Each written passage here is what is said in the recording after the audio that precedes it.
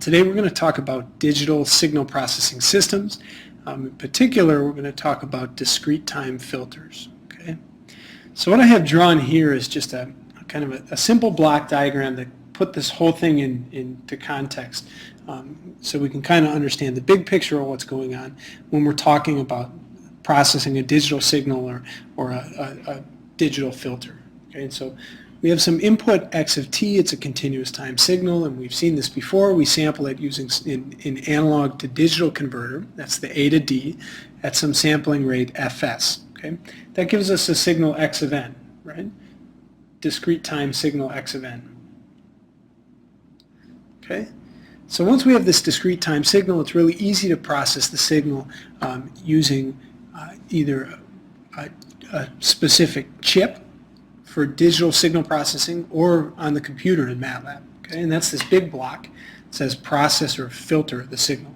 And so then the output of that is another discrete time signal y of n. Right? Then we pass that signal y of n into a digital to analog converter that also has some sampling rate, and we get some output y of t. So we've seen this before, right? And this idea of processing or filtering the signal, that's just generically speaking, it's removing or modifying some component of the signal. Okay, so when you think of a filter, think that you're going to perhaps remove a particular frequency component from the input signal. You want the output signal maybe to be exactly the same except not include certain frequencies. All right, so an example of that, which we've seen in lab, was we had the continuous time signal was music. Was x of t, and then x of n was samples of that music. And what we did is we implemented a filter, right? And that filter that took the FFT of the samples of the music and it scaled it. It boosted the bass, okay? So that modified certain frequencies. And then the output of that was the music samples with the boosted bass. And lastly, what happened was we generated a y of t, right? And that was the audio that we generated using Sound SC in MATLAB. Right? All right, so here are some examples of simple filters. One would be a squaring filter. And that takes an input signal x of t, it squares it, and it gives the output y of t. Another example would be what we did in lab, what I had written up above, and that is this line. It's where we take the FFT of a signal, multiply by some weights, and then take the inverse FFT. Right? So we only scale particular frequencies of the signal. And there's more. We could look at one that looks at the maximum of the 3 previous values of the signal, or we could look at this bottom one that somehow takes the output at time n here equals a weighted sum of the input at time n and plus another weighted 1/2 times the input at time n minus 1, so the previous input, and then another 1/2 at, should say, n minus 2. Okay, so those are all examples of filters. What I want to talk about today is a particular type of filter. Right? And an example of this particular type of filter would be a moving average filter. And so for this moving average filter, just think of the output as being a weighted average of the input samples, the previous 3 input samples, for example. So that's written right here. We have the output at time n. That just equals 1/3 of the input at time n plus 1/3 times the input at time n minus 1 plus 1/3 of the input of time n minus 2. Right? So that's why it's called the weighted average or moving average filter, because it just averages the current input with the 2 inputs prior to the current input.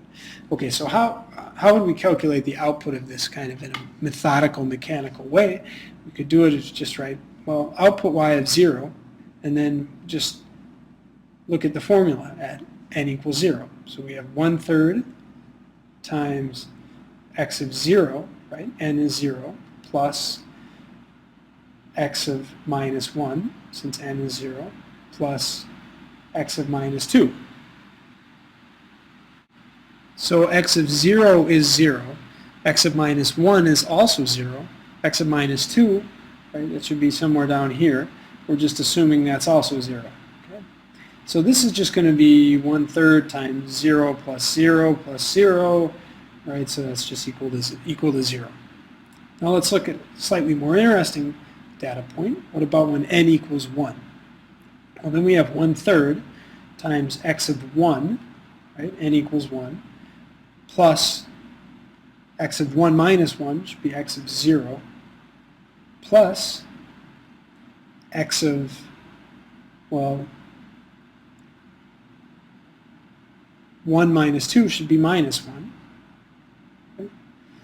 So now we're just going to take the values. X at 0.1, right, is that guy. That's 1/3, or that's just 1, right? So 1/3 now times 1 plus x at 0, again that's 0, and x at minus 1 is also 0. So this just equals 1/3. Right? And we keep going in this manner. We'll do one more.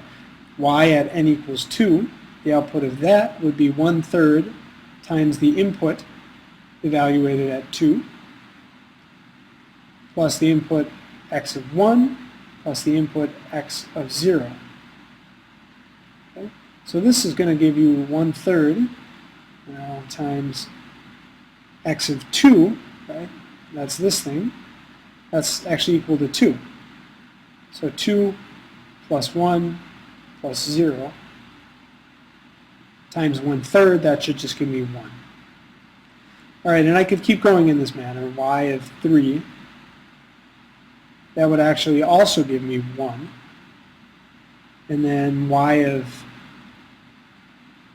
4, that'll actually give me 2/3. And check that. Y of 5 will again give me 0. And anything greater than n equals 5 is also 0. So I plotted that signal down here. Okay? So this would be the output of the moving average filter when we give it the input x of n, or x of n is given by this picture.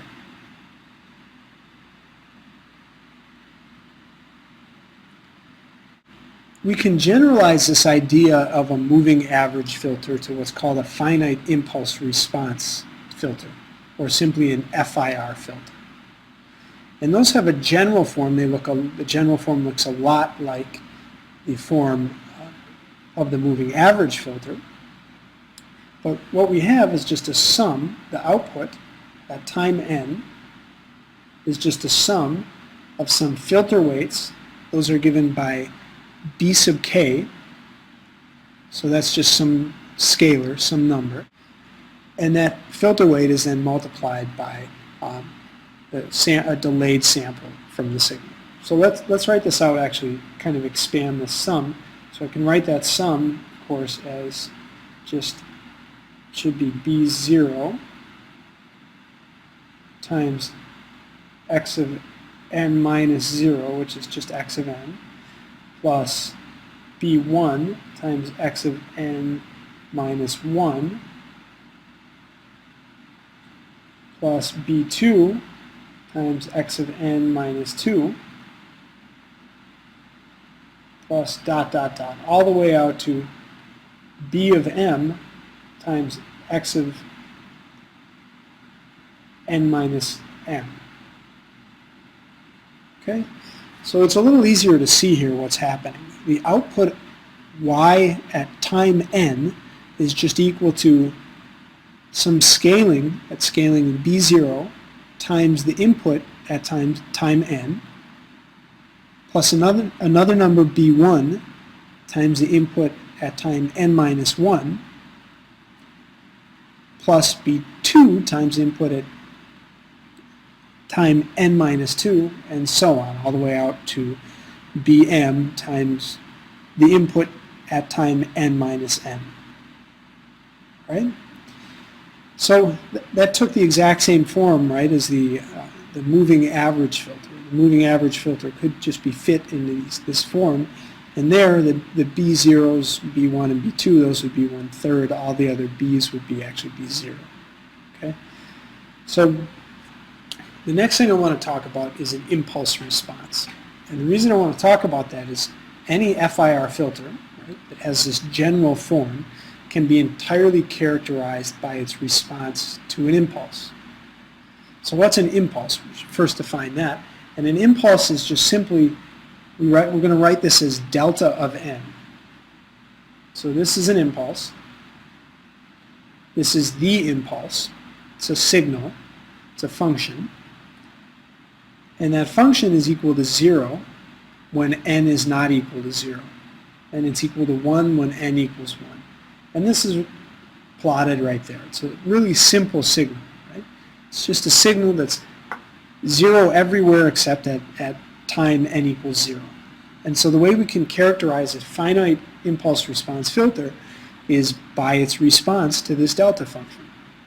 So we input a delta, we see what the filter does, and that output is going to be called h of n. Called the output to the impulse response of the filter, h of n, and that's called the impulse response. Let's actually see this in action, maybe a more concrete example of what I mean.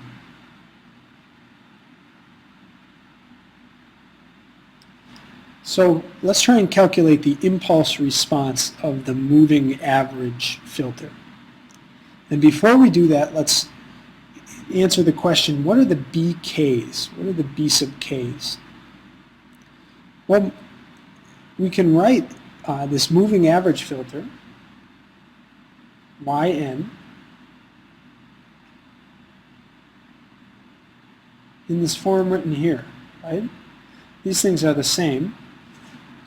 You can just write Yn as a sum from k equals 0 to 2 of 1/3 times x of n minus k, right? If I were to expand this out, I could double check, get something like 1/3 times x of n plus 1/3 times x of n minus 1 plus the last term, which is 1/3 of x of n minus 2. Okay, so the same thing. So here it's really easy to see that these are the BKs, right? So the BKs are equal to 1/3 when k equals 0, 1, and 2, and they're equal to 0 otherwise, right? Okay, so how do we find the impulse response of this moving average filter? It's really simple. We just input an impulse and we see what the output is. And that output, h of n, is the impulse response. So let's do that. The one way we can do this, right, is just replace in this formula here, replace all the xn's, replace those with delta n, because our input is now delta of n. So that's what I've written down here.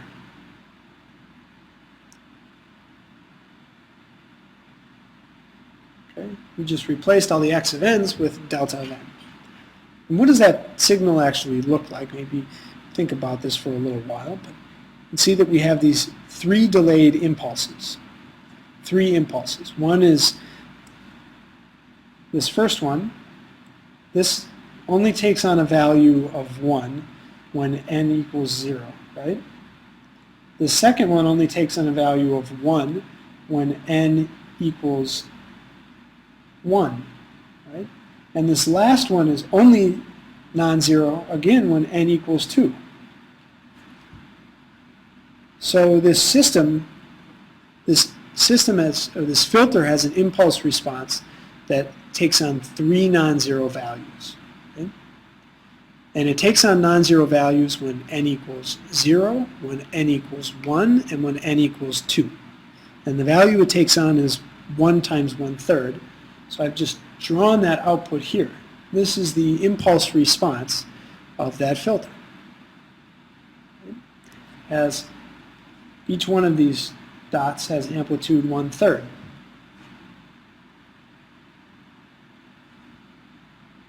Okay, so it's all relatively straightforward. There's a few things that might seem a little confusing because we're seeing them for the first time here.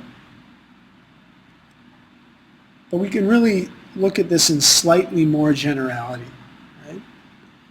And what you should have noticed on the last page is that this output, h of n, that actually is exactly the same as these b sub k's, right? B sub k is always 0 except when k equals 0, 1, or 2. And if we were to plot h of k, so instead of h of n, looks the same, right? That's always 0 except when k equals 0, 1, or 2, and it takes on the value 1/3. So these bk's and the h of k are actually the same. So that's only for this particular example, but in general, it's not hard to show that the same thing is true for any FIR filter. Okay, so again, h of n, the impulse response, we could calculate that using the following equation. Just instead of having x here, a general input, we're using the input delta. Right? So we're inputting a delta function, and then the output of the filter from that delta function is just the sum for k equals 0 to m with bk times delta of n minus k. And that delta of n minus k, that's only non-zero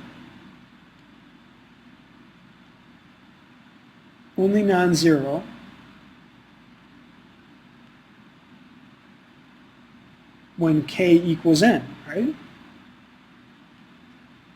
It's relatively easy to see. When k equals n, that delta is just delta of 0, which takes on the value 1. But any other time, it's always 0. So what we're seeing is that we can look at the impulse response at a particular time n, and the output that we get there is just b sub n. Okay? So that's what I'm drawing over on this right side, saying that the impulse response for n equals 0, that should just be b0. Right? Impulse response for b, the impulse response for h of 1 is b1, and so on, all the way down to bn. And really, in general, we just showed that the impulse response, h of k, or h of n, however you want to define it, is equal to bk. So for a FIR filter, remember the general form of the FIR filter, we were just summing, looked just like this equation, but we had x of n here, x of n minus k. We can just actually calculate the output instead of writing bk there. All I'm going to do is write hk. Really simple. So instead of writing these bk's, which are weighting kind of the delayed samples, I can write h of k. So that's another way to think about how we can calculate the output of a discrete time filter. Okay? And this is actually a super important mathematical operation. This convolution is a very important mathematical operation. And it's pretty interesting because in terms of mathematical history, people didn't really look at convolution sums until relatively recently in terms of the history of math. It didn't really become kind of a fundamental operation. Okay? But it has in recent years, which by itself makes it interesting, in addition to it being a super practical mathematical operation. So this thing is called a convolution sum. And the summary that I want you guys to take away so far is that for an FIR filter, we can first calculate the impulse response by inputting an impulse into the filter. And then we can calculate the output as the convolution of the impulse response and the particular signal we're inputting. So say we input some very complicated signal, something way more complicated than an impulse, we can actually just find the output of the filter now by convolving the impulse response with that complicated signal. So the last thing I want to do is go through a really quick example of how we can compute the convolution between two signals hn and xn. And we'll spend a bit more time doing this in other lectures for slightly more complicated signals and also looking at this in lab. Alright, so the first thing is this star sign. This means convolution, okay? Doesn't mean multiplication. It means convolution. And the way you should think of convolution is an operation that takes two signals as an input and outputs another signal. So it takes two signals, say signal h of n and signal x of n, and it outputs another signal, say signal y of n. And the definition of convolution is just a sum. Okay? It's an infinite sum. So let's look at this example.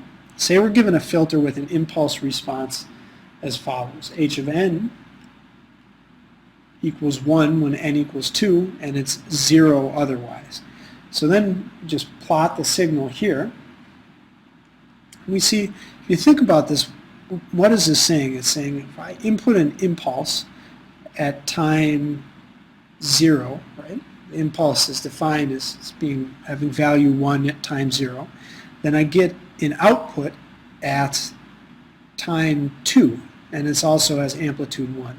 So another way to think of this system, or this filter, is a delay filter. Okay? All it's doing is delaying the input by 2.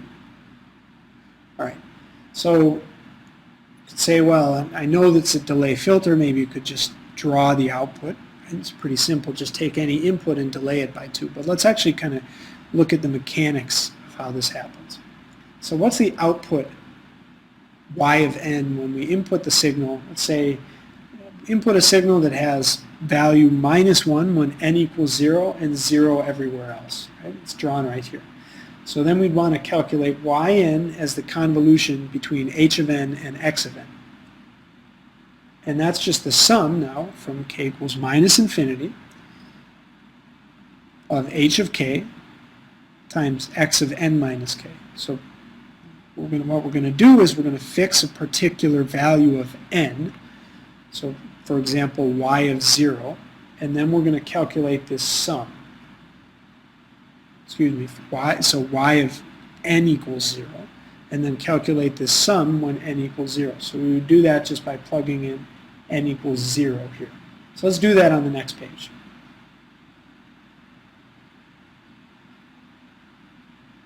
So here's how I'd proceed. I'd write y of n is a convolution between h of n and x of n, and I just start plugging in values of n. So I start with n equals 0. And how does that work? Well, say now we have the sum from k equals -infinity to infinity of h of k. Still keep the k there, but remember we had x of n minus k, so we replaced n by 0. And remember that h of k, that's only non-zero when k is equal to 2. Right? We look back on the previous page, definition of AK, it's always 0 except when k equals 2. And then x of k, it's only non-zero when k, x of 0 minus k, that's only non-zero when k, oops, this is incorrect. It's only non-zero when k equals 0. Right? When I input, so we have the signal x of k. Let's go back to the previous page. X of k, or x of n, is only non-zero when n equals 0.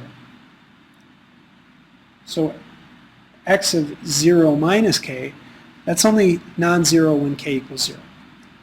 So if we think about this sum, right, this first term, we have all these terms in the sum. The first one, there's two things multiplied together. The first one only is non-zero when k equals 2, and the second one is only non-zero when k equals 0. So that's 0, two things multiplied together, and they're never both non-zero for the same value of k. So all we're doing is summing 0 from minus infinity to infinity, and that's identically equal to 0. So we could do the same thing for n equals 1, and it would look exactly the same, and we'd just be summing two things that are never non-zero together. So we'd be summing up a bunch of zeros, we just get 0 at the output. Okay, so it's pretty easy to see where this gets interesting is when y equals 2. Okay, so when y equals, or when we look at when n equals 2, we look at y of n equals 2. So y of n equals 2, it's written right here. That's just the sum again. Now we've replaced n by 2. And the first term, remember h of k, that was only non-zero when k equals 2. Right? We saw that on the plot on the last page. Go back to that. It's drawn right here. And that's only non-zero for that n equals 2. So h of k is only non-zero for k equals 2. And then the second term is only non-zero for, well, it's actually k equals 2 also, right? So we're summing over k, and now most of the terms are 0 except there's this one value of k, when k equals 2. And in that case we get h of 2 times h of 0, or times x of 0, right? And h of 2, that was equal to 1. It was the one non-zero value of h. And x of 0, that equals minus 1. So we have 1 times minus 1, and the output we get is minus 1. And we could keep doing this. We'd see that all the other values are equal to 0. So the only non-zero value of the output is when n equals 2.